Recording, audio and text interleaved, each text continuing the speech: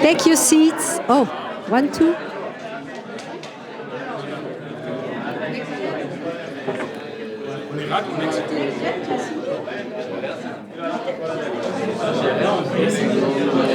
Please take your seats, whoever is still standing.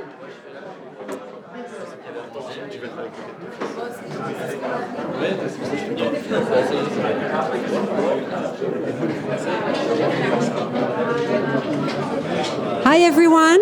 Welcome.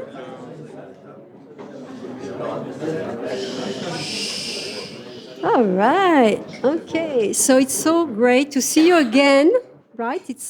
We promised a series, so we're already number 2. And we have more. So it's so great to see you again. So many people, Commando, spouses, friends, people on the Zoom. I don't know where they see us from. Hopefully they see us in front this time. They used to see us on the side. So we're getting better. Also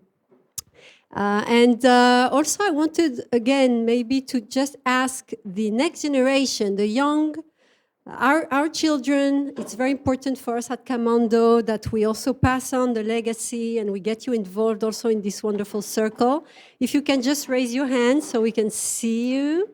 Young generation. Some people are raising their hands. They're not necessarily young generation. Okay, all right. Well, it's a matter of, it's just a number, right?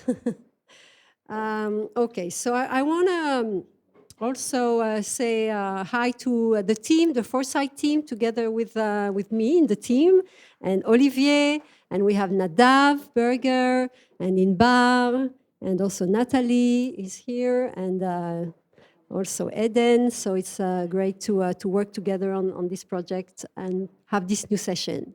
The purpose of Foresight is about optimism, is about restoring confidence in the future of Israel. And this is what we're here for. Even if we're going to challenge some of the vision, still we want to see a great future, and we believe in a great future for our country. It wasn't that obvious when we started thinking about Foresight Israel.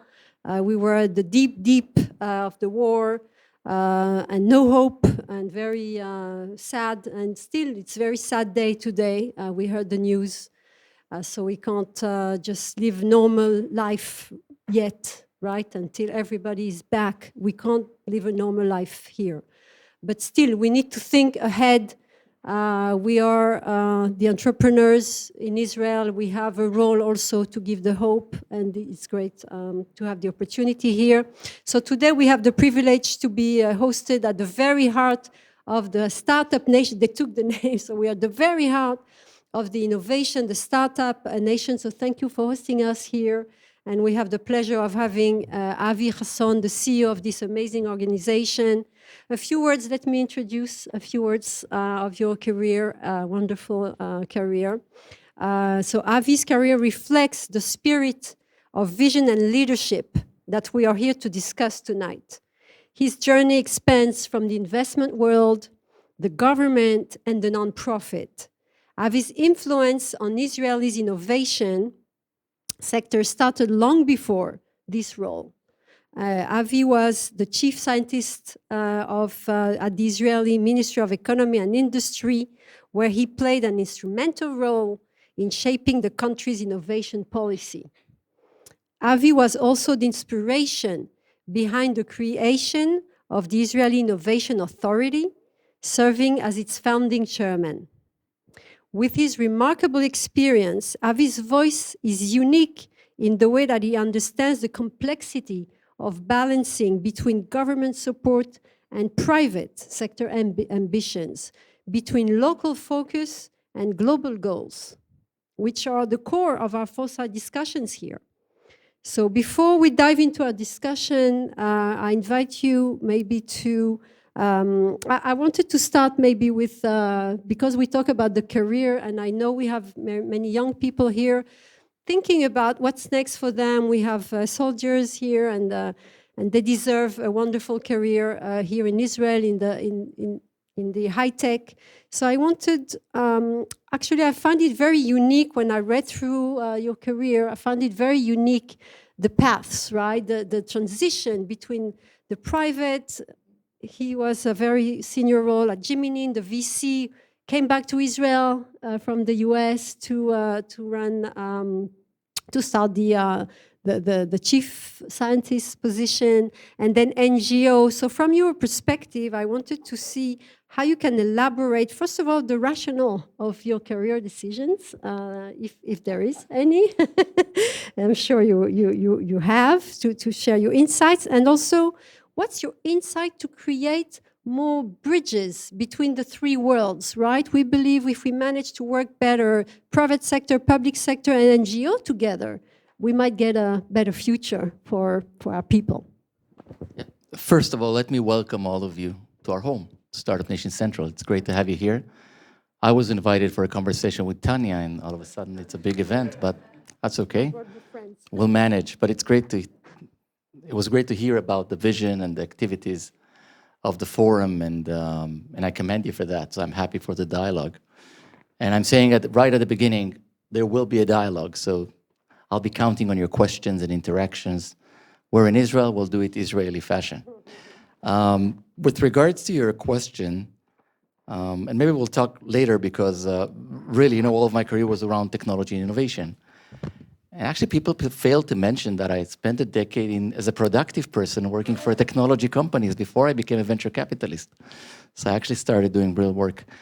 But to be fair, I think at the end of the day, all the different sectors in Israel and elsewhere have a vital role in playing it together. And without getting into long speeches, I think the heart of any good partnership, and people talk a lot about public-private partnership, right? I'm sure you've heard the term. To me, what it means is that let everybody do what they do best. So government should focus on the things they do better than the private sector. You'll be surprised. There are certain things that government actually does better than the private sector, like infrastructure, right? Like a lot of other things. Again, we can talk about later or not as suited. Let the private sector do what they do best. Only private sector can do the magic, for example, of entrepreneurship. This doesn't happen in government. Only private sector can know what's the next frontier, what should we be looking at, and so on. Government cannot do that. Sometimes it wants to do it, but it can't.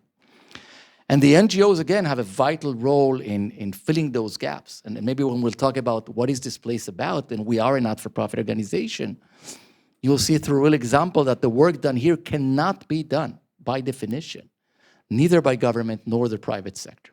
So I think a good ecosystem, and this is an important word, okay? When we'll talk about innovation, it's very romantic. You're entrepreneurs, right? Very romantic to think about two entrepreneurs sitting in the apartment or garage or the parents, and poof, Apple or Google are born. It doesn't work that way. You need an ecosystem. You need to have great universities, funding mechanisms, supporting policies, human capital, and so on and so forth. So an ecosystem is key. And in an ecosystem, anyone plays a role. And what makes Israel unique is not just the fact that we have all the components, is the interconnectivity. It's reflected here. Everybody knows each other. The movements, well, I wouldn't say they're common, right? Certainly not that at the age of 40, I became the chief scientist. Nobody does that. I mean, nobody goes to the government when you're 40 years old. You go to the government when you're 25 years old or when you're 55 years old. But doesn't make any sense. But I thought it did, actually. So what happened? So, I don't know, midlife crisis, I guess. No, seriously, it was very clear to me that in order to take the startup nation to the next frontier, changes in vision and policy have to be made, and those included also changing a vehicle. So actually, we spoke about the creation of the Israel Innovation Authority. That's 4 years of work, only to make that happen. Luckily, we're in the land of miracles, so the miracle did happen. But that reflected really an understanding based on the private sector experience that government should change the way it operates and really try to support everything, as it did, by the way, in the mid 80s and early 90s. So we can talk a lot about that, but the point I would like to say is that I think whenever you choose a career path, besides stating the obvious, right, which is focusing on what you love to do, what you know how to do, what people will pay you to do, and so on, I think at the end of the day, there's a lot of advantage in bringing perspectives from one sector to the other.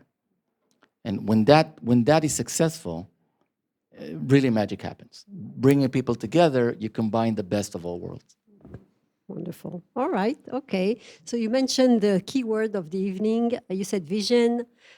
This is really also what we want to discuss. So that was the concept also, again, of foresight, is to hear different perspectives of what the vision should look like. And then you can just make your own decision about what the vision, but it's so crucial and not necessarily very Israeli to think 25 years down the road or 50 years down the road, but we need that kind of the star, right? The North Star. So this is kind of what we'd love to hear your high level, let's say, vision and more precisely what you believe are the top goals for us and what should we do now so we can fulfill the vision later. So surprisingly, I have an opinion about all of these issues. I'm Israeli after all. And thank you for stating the question the way you did, because while I could state my vision, only my vision, it's more important to focus on the goals. I think goals always, also on a company level, people spend a lot of time on vision or strategy. Okay, what do we do with that? And I will just say, and I won't dwell on that right now, that an equally important to a vision is consensus. Now, again, we're not only Israeli, we're Jewish. That's hard to do, but that's key. I mean, so creating a vision and creating a consensus around that vision is what makes it successful. And now to answer your question directly. In my opinion, there are 4 goals or uber goals, right, that I personally strive for and I think should be the basis for a future Israel. So the first one, actually, I must say, I'm not sure it would have been my first one, but I think after October 7th, the first goal has to be protecting and securing Israel, its sovereignty, its territorial integrity, the security of its citizens and residents, and that should be goal number 1. And that drives a lot of things, that we'll talk about that. But I think that should be stated as a goal. The second one, and we're kind of climbing, I guess, up the Maslow pyramid, actually jumping all the way up. We'll go in the middle. So we spoke about security. Really talks about national identity. And in my mind, we should advance Israel's identity as a national home for the Jewish people, as a Jewish democratic state. And I would also say, and maybe I'm using the wrong word in English, still Hebrew is my sfat em, but I'll say it in Hebrew. We have to be a medinat mofet, okay? That goes beyond exemplary, model state, pick your choice, I don't know. In Hebrew, it sounds better. So that's the second one. The third one has to be maintaining our ability for advanced economic and social resilience. Again, we cannot be an average state, in my opinion. That has to be there as goal number 3. And the fourth, I would say, is really strengthening our international and regional position. And I will say, while striving for peace with our neighbors, because I think that's part of it. So these are my 4 goals. And I will just say, not being objective here, that I've always thought, and think so even more so, that for all of these goals, one key element for Israel is our technological power, which I think is crucial for all of this. I think it's the source, even after October 7th, willing to argue about that with everyone if anyone has doubts. It's the source of our military strength and our superiority in defense systems, in the battlefield, in intelligence, and so on. It's the heart of our economic, it's the business plan of the country. I'll throw as many stats on you as you can, but just to start with one, 20% of Israel's GDP is high tech. Okay, it's 9% in the US, it's 6% in the EU. Oil and gas for Russia are 16% of their GDP. Okay, high tech is our business plan. So economic growth, that's the second one. The third one really talks about strategic independence and also creating global leverages. So we cannot be dependent on supply chains, on partnerships, and I'm all for partnerships, by the way. Really, that's been probably all my life was around partnership. But we have to have that technological, independence and also use it as a global leverage and a regional leverage. And maybe when we talk about Startup Nation Central, we do a lot of what we call innovation diplomacy, really utilizing the assets that Israel has in the world of technology, but also know-how to work with our partners and create dependencies. So if I talk about we don't want to be dependent, but we actually want to create dependencies. And technology is a great tool. And the fourth one, which I will admit we're not doing good enough. I believe that innovation can be a tool for social cohesion. And we'll talk about that. And we are, in English, we would say suboptimal or room for improvement. And in Hebrew, we would say ala panim. But I truly believe that that's probably the best tool to create that social cohesion, mitigating the gaps and so on. Okay. And I think technology plays a role in all of this. Okay, so we didn't expect you to say anything else than that. Okay, Startup Nation, your career. We are a lot of people are here in high tech, so we're strong believer, but still. Okay, so I'm sorry, I'm going to be a bit the gloomy here and challenging, but overall, the high tech is only 10% of the workforce, and this has been this way for many. I think it's 11% now, 12. Or 11 point. Yeah, okay. 12. Depending. Trust me, on the data, I trust you. We're pretty good. So we're a bit better, but still, it's very low. And if we look at specific demographics, women, Jewish Israeli, Arab Israelis, ultra-Orthodox, I think it's 2%, 3%. So it's really, what can we do? Again, the NGO, maybe NERV can come here. What can we do to make it more inclusive? Yeah, so I think that's a great question. But again, just starting out with the numbers, because it's 12% of the workforce. Actually, when you look at the people joining the workforce, it's 15%. So in terms of, but still, by the way, that's the highest in the world by far. And it's never, ever going to be 25%. It's just not. And it doesn't make any sense. It cannot be. Not everybody can work in high tech. And we'll talk about how do we bring innovation and technology to other sectors which are not tech. Because anyone who's seen a food manufacturing plant, right? We have people here from that industry, or just a bank. There's a lot of innovation happening there, or should happen in all sectors, and not just in high tech. So I think the definition of high tech, low tech is also needs to change. But you ask about inclusiveness, so I'm not evading the question. Absolutely, we have not been successful there. Just to be fair, this is not an Israel-specific problem, okay? It's true for almost any other sectors. A great example is women, as you mentioned, right?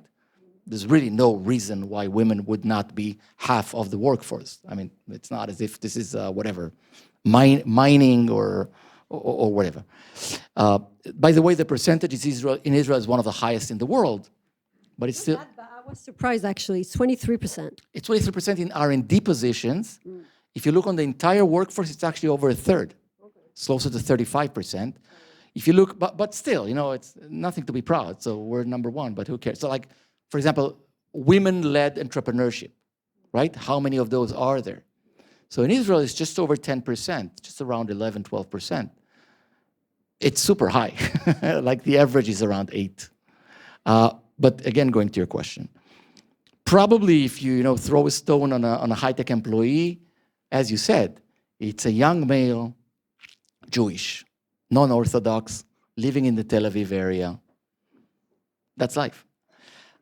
It shouldn't be that way. Let me say the following. First of all, regardless of what's your economic theology in this audience, whether you're pro-competition or social equality or whatever, there's no way to sustain the growth of Israeli high-tech without making it inclusive. Period. We have a shortage for talent. We have, because of our success, by the way, we have so many new companies and growing companies and multinational companies. We need more people. And just because I knew this call is happening, I called President Putin this morning. We're not going to get 1 million immigrants from the former Soviet Union like we did in the 90s. Thank you for all the people coming to Israel and making aliyah, but that's, it's helpful, but we need more people. So we need to bring them. Now, again, we can talk about it for long. I won't, just to give room for more questions. But I actually think the Arab population is the lowest hanging fruit, simply because they go through the same educational system. And when you look, and this is a drama, when you look on the percentage of Arab students in the, no offense to people in the audience, the relevant faculties, I'm sure all your faculties are relevant, but to me, computer science, engineering, and so on. I mean, everybody knows that Arabs, go to med school and so on. But no, I'm talking about the relevant faculties. Like in places like the Technion, take the Technion as an example, the percentage of Arab students in computer science is greater than that percentage in the population, which is 21%. Okay? That's a drama which did not happen 5 years ago. Still a huge challenge in assimilating them and bringing them in. But this is the lowest hanging fruit. Haredim, huge, huge challenge. I'm talking about the men, not the women. The women, it's slowly, there are challenges, but it's getting there. COVID actually was a big help because all of a sudden, hybrid models and so on. But the men is a big issue. And without getting into any political statement, let me just say that without introducing into the basic education system what's called limudei liba, math, STEM, and most importantly, English. English is the most, if I need to choose one, it's not math, it's English. That's the most important one. I doubt if we will see, a big success or jump in the integration of Haredi men into the workforce in general, but more specifically into high tech. All right. Okay. Half then. You talked about unity also in one of the goals. I remember some of the women coming back, hostages coming back. One of them said, the Hamas terrorists said that they're afraid of us when we're united. Mm-hmm. And we know, they felt like they can come in moments where we're less united. So this is really maybe a complex dilemma, because as Israelis, you said, we have opinions, so everyone has a different opinion, and this is what makes the richness of us as people. So how do we continue valuing the different opinions while still being united and respecting each other? What can we do? That's a tough one. Can help. No, first of all, I want to say it's remarkable how little we learn from history. It's just unbelievable. This is not a new phenomenon. We could go thousands of years back, and the same trends happened all over again. Like you said, right? When we were united, we thrived. When we were divided, start counting, right? Not just Churban Bayit Sheni. We can go on and on about this. So I'm saying, first of all, let's bring perspective into the game, because it shows us a very clear lesson. And again, if we go back to these days, again, I don't want to get to the political scene but it's clear that part of what happened in October 7th was because a perceived weakness of Israel caused by this lack of unity that you talked about. I think, one of the great things of being a CEO of an NGO is that you can say whatever you want. I'm not in the government. I have a public company that I run, so I don't need to care about the shares. I think our politicians are not doing their job, and I'm saying it in plural sense, in being the source of that unity. And I think the first thing that we lack is trust. There's no trust. And these are business people here. When there's no trust, you cannot move to the next point. And I think that's what we're seeing here. And I think right now what we're seeing is, I think if we would put I don't want to brush away the differences in opinions that we have, difference in the vision that we have. But I will still say that there's a majority of Israelis that agree on the majority of the things. The point is that when trust isn't there, and I suspect your intentions, I'm not going to give you an inch because I don't trust you. And I think what we lack, the resource that we lack mostly, is trust on every aspect, by the way. Trust between the citizens and the government, trust between different parties, trust between whatever, the Charedim and the Chiloni. Pick your choice. And with trust come respect. I think that's the second thing. And I think the third one is just the sheer desire to have a common vision. And I think that's something, that's a resource that is kind of going down. And to me, that's the biggest risk to this country. And in the most unfortunate way came October 7th and the war that we've been experiencing since, and kind of reminded us, about this. But I would hate for us only to be bonded through this type of partnership. That to me is just not enough. And by the way, again, to be fair, even there, we have parts of the society that are not, participating in this. But put that aside, we cannot be built only on common threats. If the only thing that unites us is the fact that there are people out there seeking, to terminate us, that's not enough. And I think it starts with, again, I don't know how much you want to talk about that, but maybe on a very personal level, like I'm totally not religious, and I come from a not religious family. I'm married to religious women, not Masorati, okay? Religious, 100%, 120%. We can go, trust me. 32 years, it works. It works because, without getting too personal, because there's love, because there's one listens to the other, there's compromise, and there's that understanding. And once you do that, by the way, you find that there's a lot of common ground. But it has to start with that. And I think there has to be a major, major shift in our political leadership's intentional, again, to bring us together. And I think, again, that's in plural sense. Trust me, it's not. So that's more of a top-down, right? We have seen in period of crisis, October 7, at the people level, at all levels, people get together. That's very Israeli. Israel is the most radicalized bottom-up society that I've seen. That's always been the case. We have the best people in the world and not so great, And I think that's the story of Startup Nation. Right. It started bottom up. It's the story, even I was. So let's continue to do what we do. I mean, and not waiting. No, I just think it's not enough. I think we talked about it in your first question. I think it's a partnership. Right. And in that partnership, I think everyone has a role. Right. And I think it's great to have people like yourselves leading, but at the end of the day, it's just not enough. Right. And, okay, I don't want to be the only asking question. I have many questions for you, but I'm sure also the audience has questions. We have a mic. Wow, wonderful. Go ahead.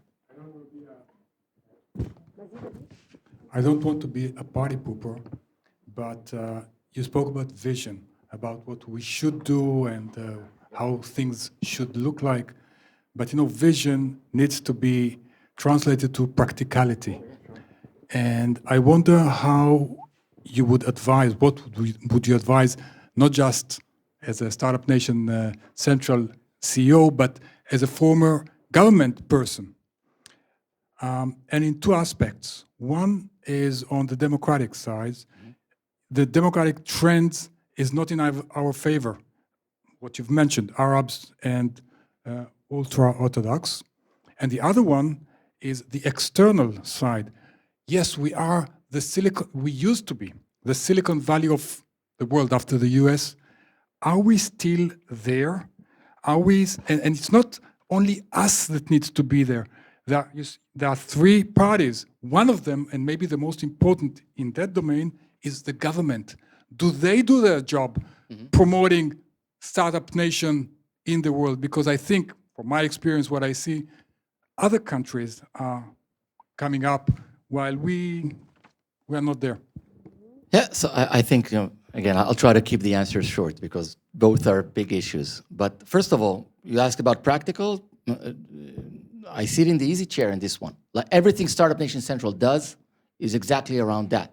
Our mission in life is to strengthen the competitiveness of this ecosystem, its global positioning worldwide, and create that connectivity, which is very important, between global players, investors, multinational companies, governments, academia, and the likes, with the local ecosystem. So really, everything that I talked about comes into place, from everything, the economic, the security, the diplomacy, and so on. And it all brings into what we do. I think in this game, yes, government also has a role. Are they doing their job? No, they're not. By the way, also when I was the chief scientist, I didn't think we're doing enough as a government. I think in many aspects, this is probably the best part of the government. So you'd be surprised, but in terms of the policies, not the budgets, but in terms of the policies, I think there's quite decent job doing that. If you ask me where I'm mostly concerned about the academic research. That's the place that concerns me mostly these days. That's the future of Startup Nation. A lot of the challenges of the future will start in the lab and not in the minds of 8,200 graduates, and I'm one of them, okay? So that's great, it's great, we'll always have that, that's amazing. But we need more than that, and government has a bigger role to play when it comes to that. But Israel will be Israel, okay? I'm a member, been for many years, a member of the National Research and Innovation Council of Singapore, okay? We're never gonna be Singapore, trust me. Singapore, I mean, 5-year plans, very well devised, and even better executed. That's not Israel. We will not agree on the plan, and even if we will do, a year down the road, someone will come and say, I have a better idea. But that's not necessarily a disadvantage. You know, when we speak about Israeli innovation, we call it impatient innovation. Okay, and I know patience is a virtue and so on, but that impatient innovation also has its advantages. So I think, yeah, I mean, definitely we're not doing enough. Our position is still solid. It's good. You look on the numbers, and they're quite surprising. Israeli startups raised in 2024 over $10 billion. This is not Israeli money. Mergers and acquisitions of Israeli companies, over $12 billion. This is a year of war. This is 2024. I'm not going into 2021 with the $30 billion. Okay, that was a shigaon everywhere. So we're in good position. We have. Corona year, 2021. Yeah, but that was actually a positive for technology companies. Corona, zero interest, good for technologies. But we shouldn't be confused, as you say, because at this stage, at this sit actually, last week we hosted here the president of Estonia. You might ask, who? Estonia is actually quite an advanced digital economy, and there are many other countries. So everybody kind of got that, oh, innovation, that's good, let's do that, right? Look at what's happening in the UAE. And different, very different, okay, different challenges. They don't have the UN, for sure. But I agree with you. So that's on that. On the democratic thing, again, unfortunately, that's not an Israeli phenomenon. Democracy is being challenged everywhere, in Europe, in the US, in Asia, and I think that's a challenge we need to cope with. I think, I look, so again, we won't, maybe we'll do it over coffee later, because one might argue the type of challenges that Israel needs to cope with, maybe democracy is a luxury. I would say the opposite. I think because of the type of challenges that we need to cope with, we cannot compromise on the strength of our democracy more than other countries. Okay, why not compromising other values? Okay, so that brings me to a question I had for you, because you said we're not Singapore, and you said the democracy. So some people called us in the 2000, the villa in the jungle.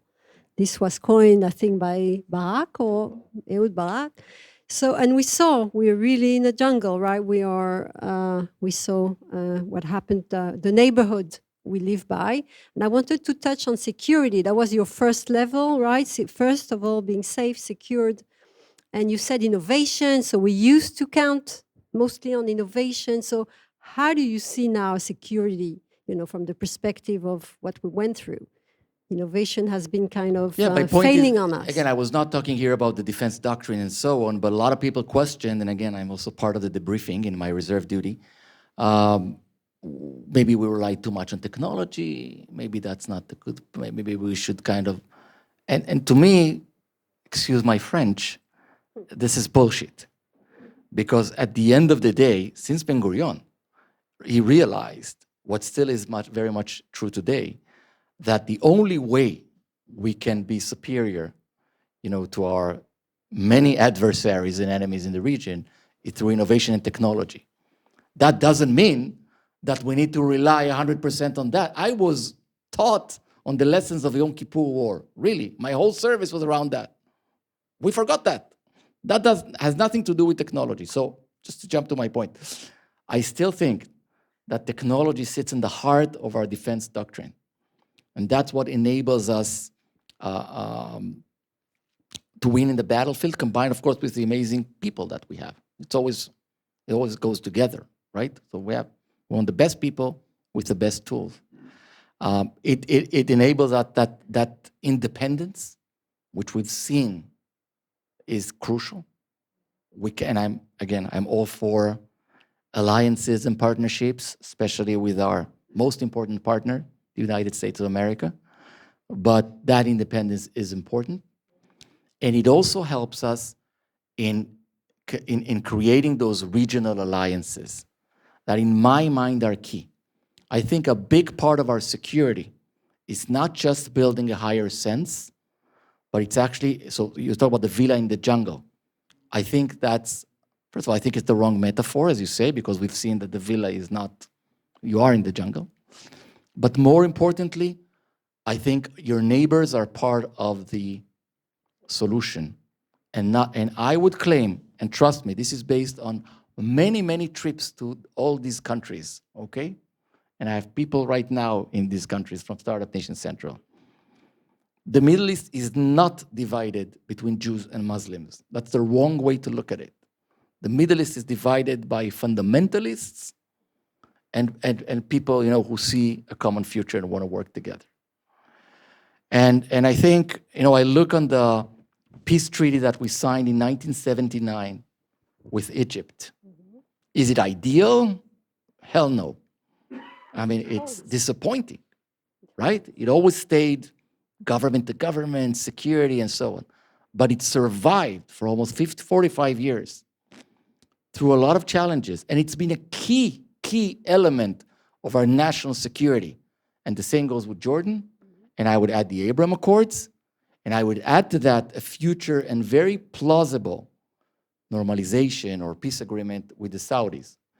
So I think when you think about security, it's not just, it starts with being the strongest, but it has to be combined with integrating the villa a little bit more with maybe some neighboring villas that are out there. Right.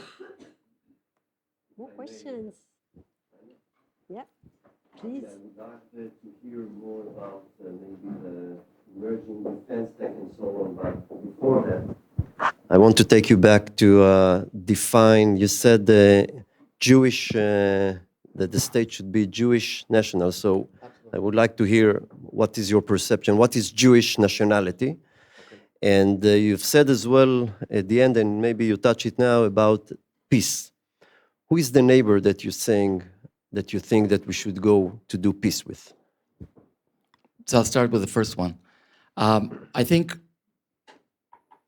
also to me personally, but honestly, I was there even before October 7th. So I think one thing that this is a collective we, okay, that we learned in the most painful way after October 7th is that the unity that you talked about, you spoke about Israel.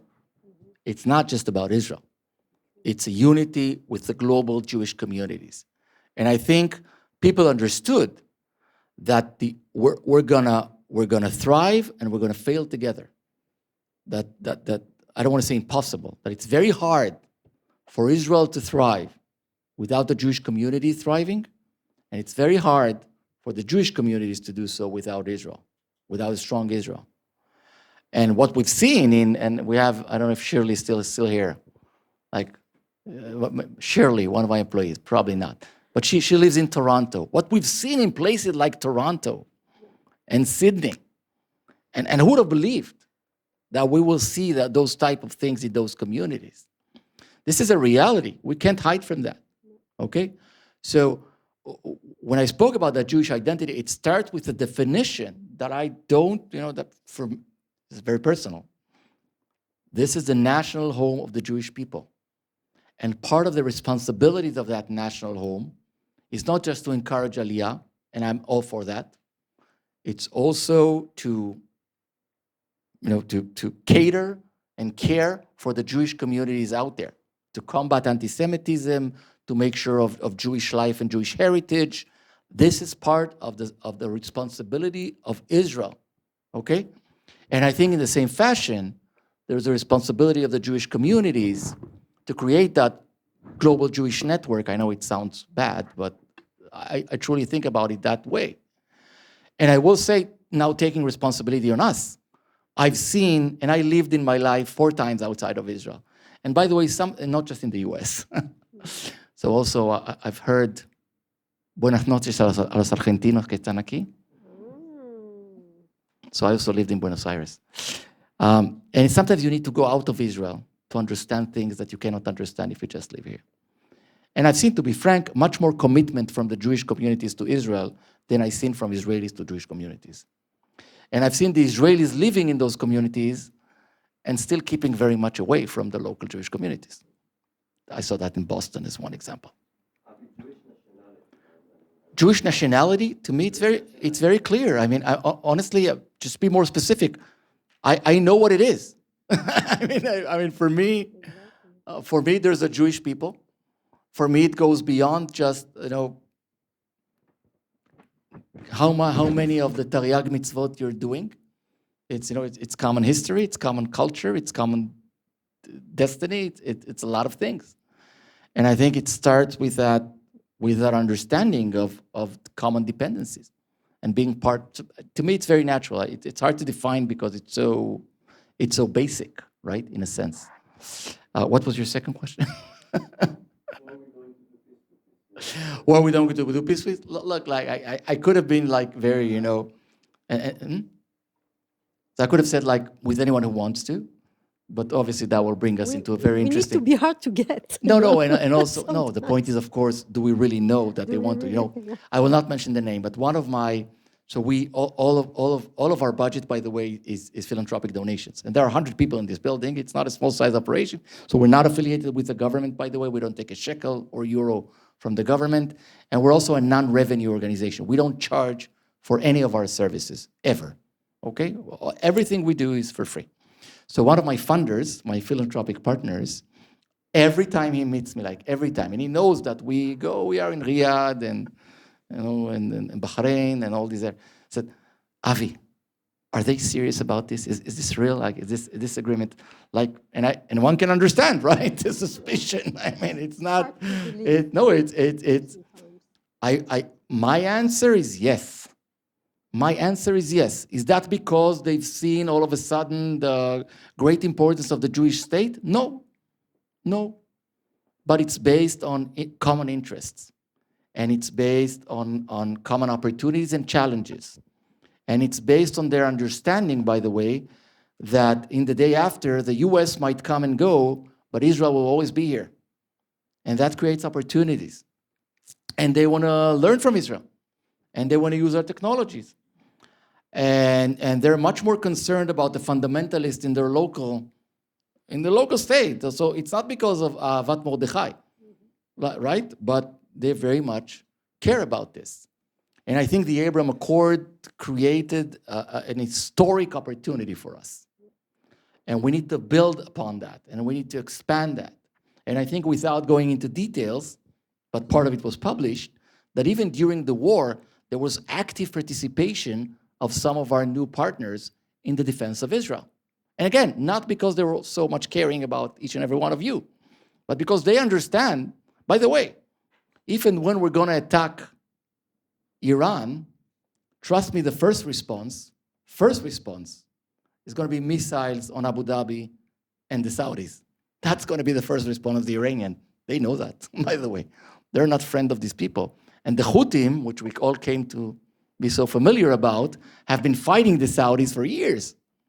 So my point... They are our neighbors. Right, they're Again, closer I'm than not talking about our we'd like to immediate neighbors. admit. We are part of the Middle East. We are in the war that was imposed on us by terrorists. I mean, trust me, don't get me started. There's no love in my heart for these people. By the way, starting with what they did to their own people, even before what they did to us. And I'm not talking about October 7th. I'm talking about the decades before that. So these are not my partners, okay? I do not want to do peace with these people. My point is that there are people with whom we can do it. And we have to always try to strive for that. That's important. I mean, take a country I actually know quite a lot about, Syria, okay? Do I trust Julani, Ahmad al-Shar'a now, right? Yeah, went back to his old name, very nice suits. No, I don't, okay? Does that mean that we no need to speak with him? No, we need to speak with him. And by the way, during the civil war in Syria, again, no secret, we had ties with those people. And we provided aid to those people. And we helped them in a variety of ways, and we should continue doing that. Because at the end of the day, whether you like it or not, we're not going anywhere, and they're not going anywhere either. And while I'm a strong believer in the wall of iron, Kira Barzel, for anyone who's familiar with that, and that's the first level, okay? Make no mistake. I'm not putting down my weapons. I'm not doing that, okay? But I'm striving for peace. And that's the only way we can have that common vision. That sits at the heart of what we do. It brings us the legitimacy. It brings us our children believing that there is a future for Israel, that is not just Lanetzach tochal cherev. So to me, that's key. Okay, and I'm telling you, based on real interactions, not reading newspapers, sitting in intimate discussions with people from the region, that there are opportunities. And we need to grasp those opportunities without being confused that means that we are now in, whatever. By the way, if you know a place on earth that is actually secure and peaceful, I'd love to know about that. Because right now, the world is not becoming a better place, unfortunately. Elon Musk. Sorry. Good luck with that. Oh my God. Sorry. Yeah. Practically, okay. You mean we have to grasp those opportunity? Yeah, more than that, we have to encourage them. So practically, what does it mean? What should we do tomorrow morning to do it? Like what we do. For example, take the Abraham Accords. Okay, that's a great example in my mind.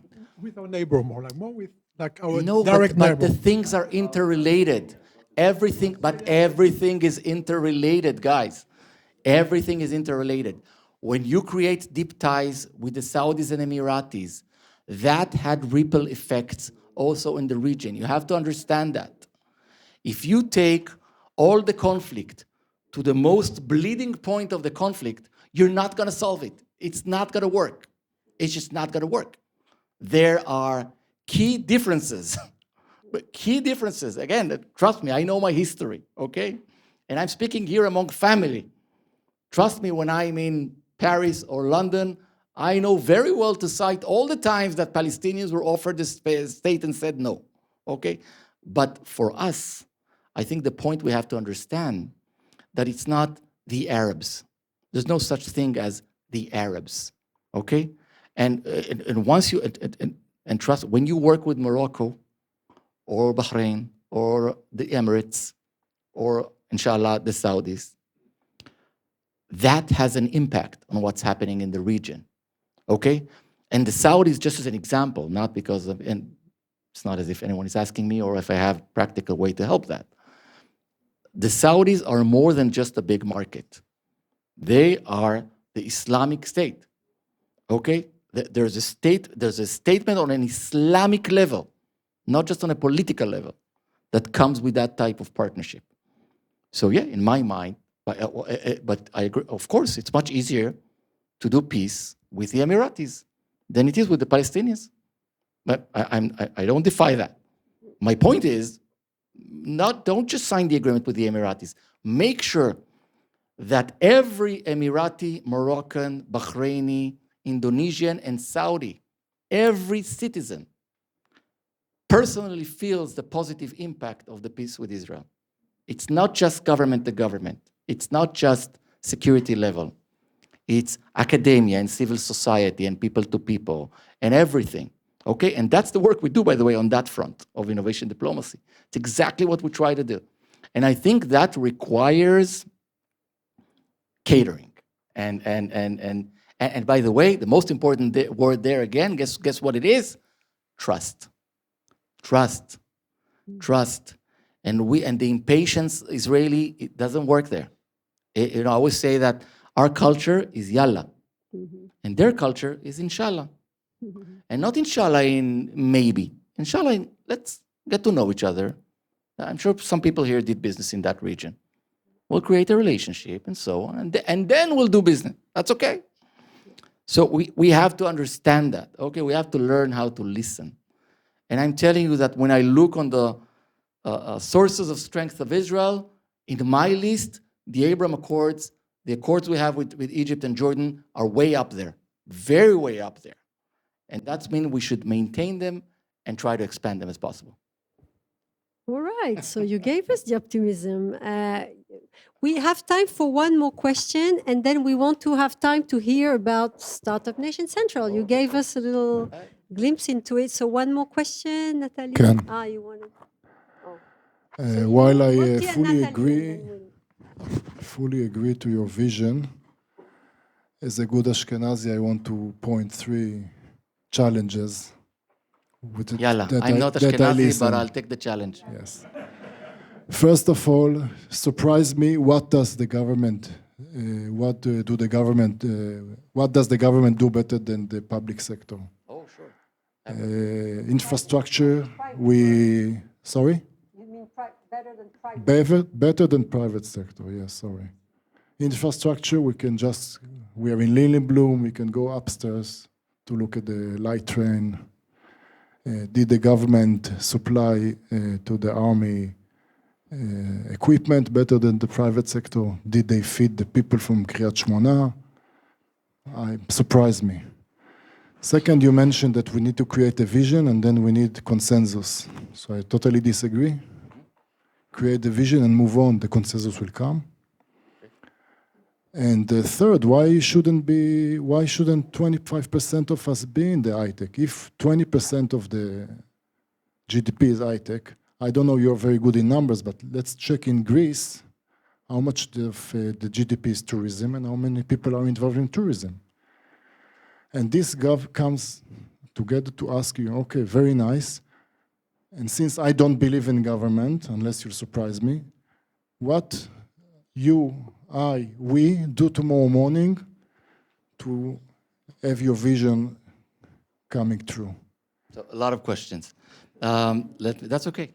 If you just answer the last one, I'd be happy. No, sure. I'll try to give sound bites on a few of them, okay?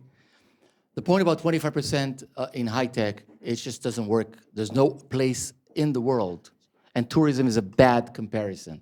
Okay, in the nature, its labor intensiveness, and so on, and just in the ability, in order for people to be contributors in the high-tech industry, certain things needs to happen, training, skills, not necessarily academic, but certainly it's happened, which is hard. And by the way, not everybody wants to be in the high-tech industry. So let's start with that. Even if it's well paid and so on, it doesn't necessarily have to be. Having said that, to me, the key, when I speak about the 12%, I do not count the data scientist working in Bank Leumi. I do not count him, okay? And I don't count the food engineer working in Strauss. They're not part of my count. I think there we could have 1 million people. I think that's the number we need to grow. We need to bring more people with high-tech skills, not working in high-tech industry, but having the high-tech skills to be embedded into all other sectors, which we've done very poorly. Our financial system, transportation system, construction, I could go on, but trust me, okay? It's, again, in English you would say underwhelming. In Hebrew, you would say, it's too loud for me to repeat that. So that's with regards to 25%. With regards to government, without bringing a lecture, trust me, I have it. I have it, a one-week workshop about that. Look, part of the things that government does better is simply because you cannot do it. I'm sure you have great ideas about the tax structure in Israel, but that's government power. You can't change that. I'm sure you have great ideas about the intellectual property regime and so on, but you can't control that. And good luck with creating a private education system in a scalable way, okay? So now, that doesn't mean, when I'm saying government does better, it does not mean that it actually does it better. It has to execute well in order to achieve that. My claim is that in the world of innovation policies, the actual policies developed over the years, not always, okay, but in general, were actually quite good. And the other point, again, without making this a lecture, but it's important, and this might shock you, but trust me, it's both, it's built on theory and practice.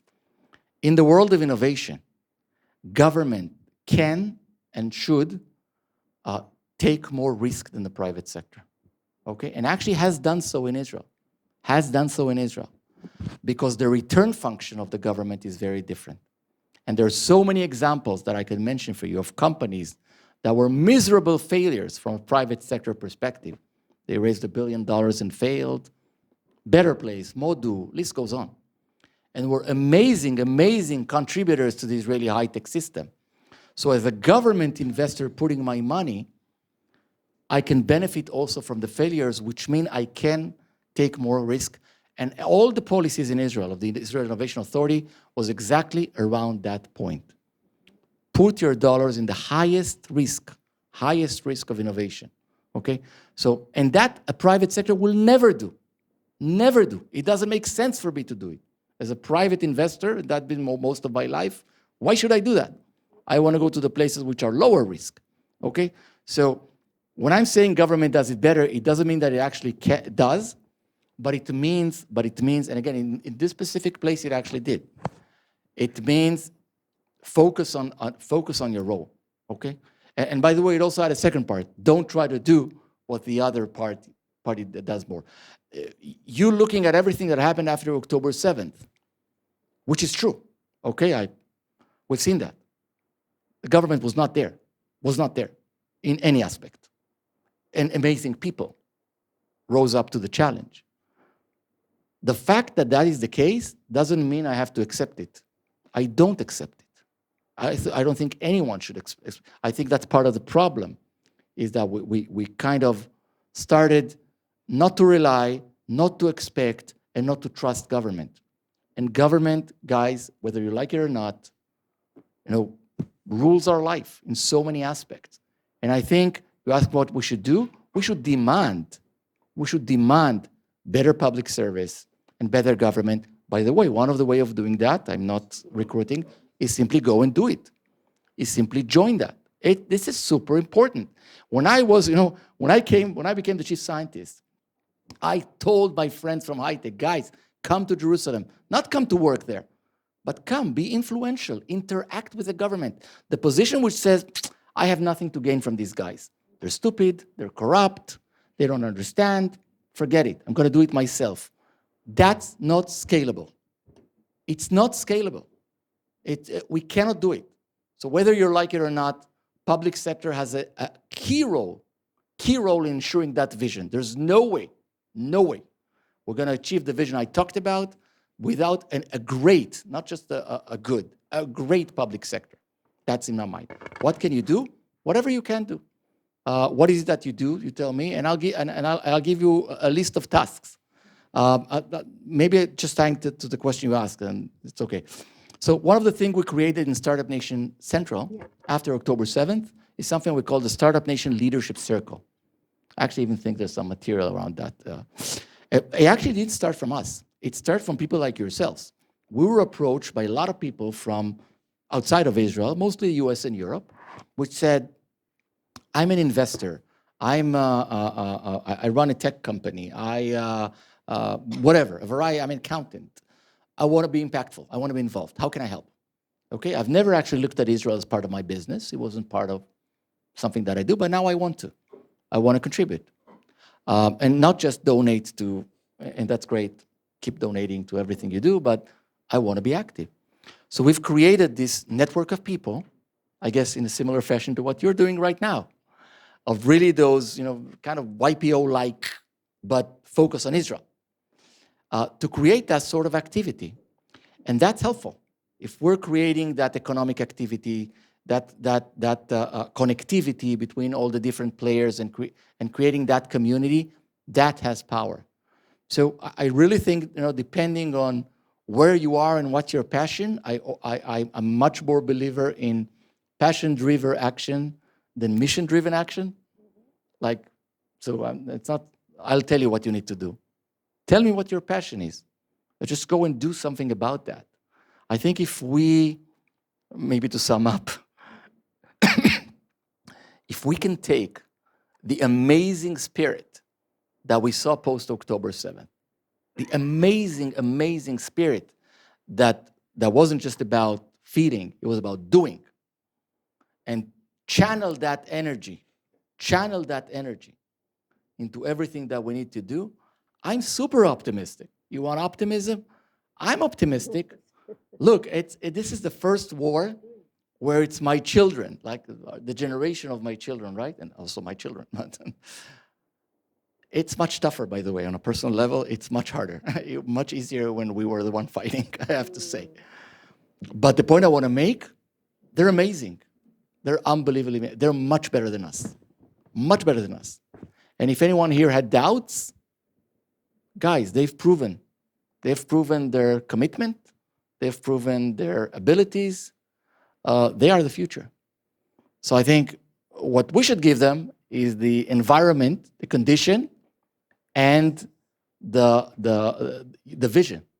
Really, the understanding that there's, the work is not done yet. Unfortunately, I thought, I know this is becoming long. My parents came to this country in 1954 to Kibbutz Nir Am, which is in the Gaza envelope. Okay, I wasn't born there. I was already fourth child. I was already born outside of the kibbutz. It was very clear to them what they're here for. No explanation needed to be done. Okay, it's like in the most practical way, they built the country. Okay, guess what? I really hoped, honestly I did. I really hope that my children will not need to be involved in building the country. I truly hope that will be the case. Unfortunately, that's not the case. Tough luck. Guys, ma lasot. But that can also be translated into a sense of purpose. And I think that's what we need to grasp moving ahead.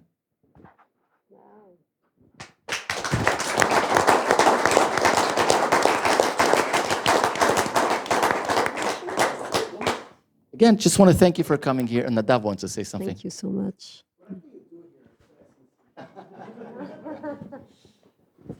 Yeah, I always do a very bad job in that, Nadav. Thank you very much. Nadav, by the way, is one of our best volunteers. No, he's truly been a partner. I think I talked about that. What it translates to in practical work is really hundreds of engagements between global players. As I've said, multinational companies, the best companies in the world, investors, governments, and so on. We work with them. We understand their needs, their desires, their gap. We know how to make the connection to Israelis, to Israeli startups and other entities. We have a platform, actually, that I do encourage all of you to use. It's free of charge, like any of our platform. It's called Startup Nation Finder. And you actually find there, maybe some of you know it, it actually has over 8,800 companies listed there. All the startups in Israel, the multinationals, the accelerators, the investors, everything is there, searchable with a lot of data. You can connect to those companies. You can create your own list and so on. Just to give you a number, there are 800,000 global users of Finders. I'm not counting the Israelis, okay? That's something that is being used day in, day out for people who are looking for whatever, innovation, technology, and company.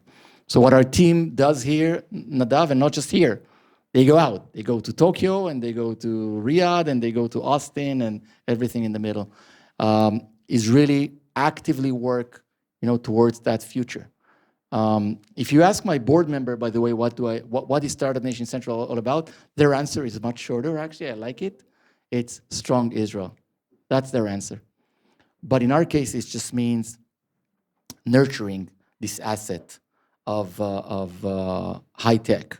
By the way, some of you might have asked what this is.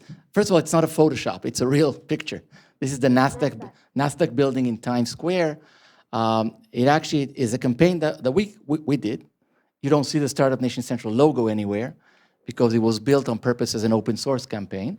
And 2,000 companies in Israel actually adopted. It wasn't just a slogan. There was a media toolkit. There was a lot of material because in the beginning of the war, customers were asking, is Israel still on? Is business continuity around? And that sending out that message was very much important. Of course, now I don't need to say that. I just show the numbers. And I saw that Israeli tech delivered. It wasn't just a commitment. It was the actual delivery that was quite successful. But actually right now, we're about to launch a much more massive initiative around the global positioning in Israel. We feel that this is a moment where this is important again, and the Startup Nation brand is not enough. As someone said here, many other countries are kind of claiming for that. And we will be coming out, with a very ambitious initiatives to rebrand Israel's innovation. That's what we're all about, and really take it forward. And that's a part of what we do.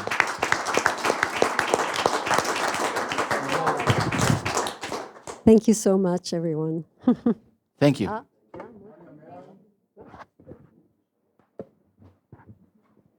to jump in.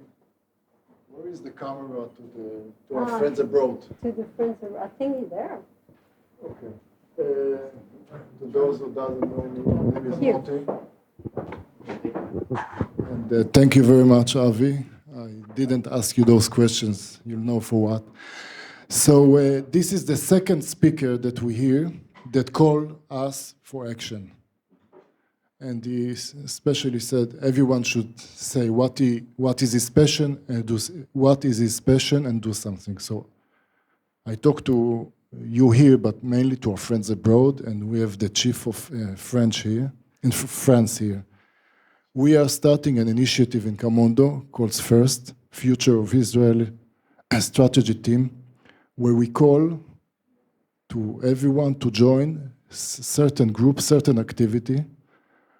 People signing me, stop talking, but you know me. Let me finish, and then you say. The first team that we will gather will try to fight the cost of living. And we are already kind of 4 or 5 of us, and we are looking for others to join us. So in English we say Tachles. I believe, and I pitch for this for a long time, every one of us should, at least many of us, should take action and do something to change the future of Israel. Thank you, Moti. Just to introduce a new initiative attached to Foresight, okay, that Michael suggested, okay, is that we have great ideas, okay, great initiative, great vision coming from these speakers, and we would like, as Kamondo, to try to consolidate all these ideas, all these actions, and to try to help you. Okay, so we are invited you to listen to you, but also to help you. So don't hesitate to call us, to come to us if you need helps. Okay, we are here for that. Be careful of what you wish for, but that's. I will turn on my phone just after. So please contact Michael if you want to be part of this group. Okay, which will try to to try to consolidate all these ideas, to try to come up with something together. So thanks, Avi. Thanks a lot for your income, and Sales for the welcoming, for hosting us. Thank you.